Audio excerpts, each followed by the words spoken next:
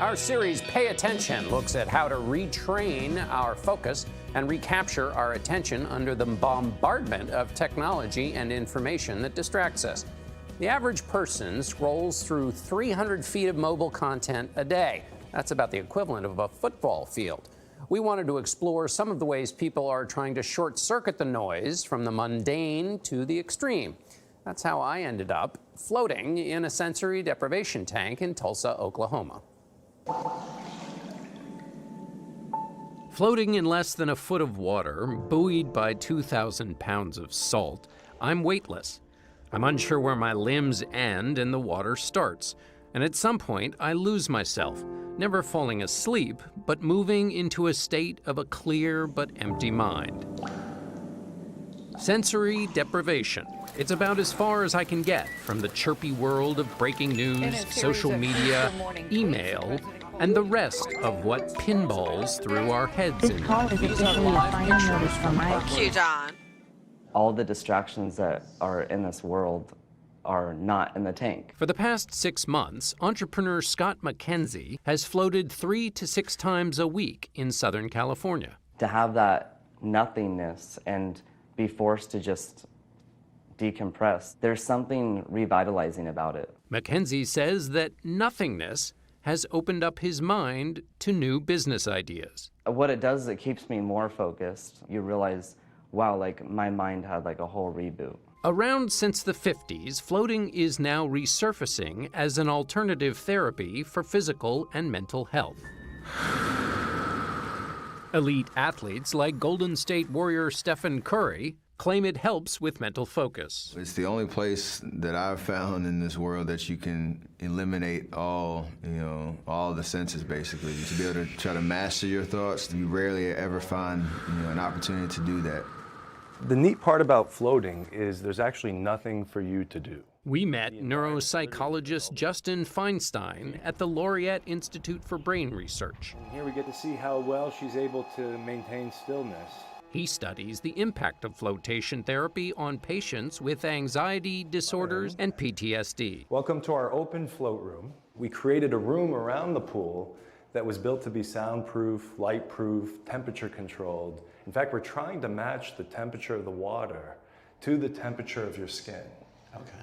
Which is a few degrees cooler than core, so about 95 degrees. He is one of the few scientists researching floating, which is how I ended up here in Tulsa, Oklahoma. We're gonna turn you into a bionic man. Just do this. May I? You may. Wearing a wireless waterproof EEG on my forehead, a heart rate monitor, and a blood pressure cuff.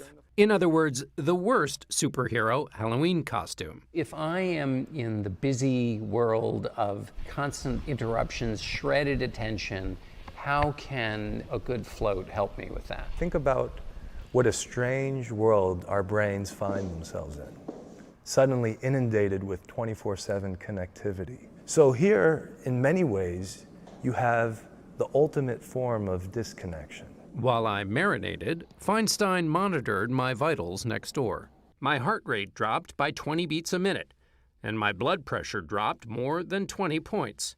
I was not asleep, but powered down to just a flicker. By the end of the float, you were getting to about 2 to 3 breaths a minute, which was incredibly low. So low that there is a biological effect on the brain, essentially telling it to quiet down. If you look at the first 21, 23 minutes on the float, you see more activity, which is not uncommon. You're trying to relax. Neurophysiologist Ricardo Gil da Costa developed the technology that measured my brain activity. This is the point when you turn off your lights. This is your brain relaxing.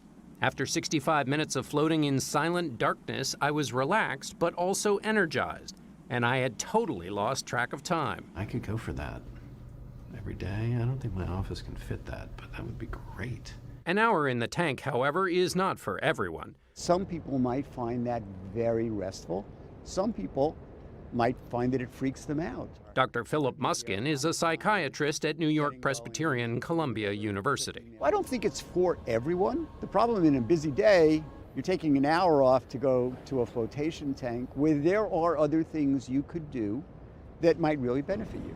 Can the process of taking these breaks, emptying your mind, help me control my attention? Yes. Attention is a biological phenomenon. When you empty your mind, be that by breath, flotation, meditation, exercise, it works by allowing our brains to do some discharge of the junk and let us go back to work. I don't know if this is going to be the solution, ultimately, to all of the problems that technology may end up causing our nervous system.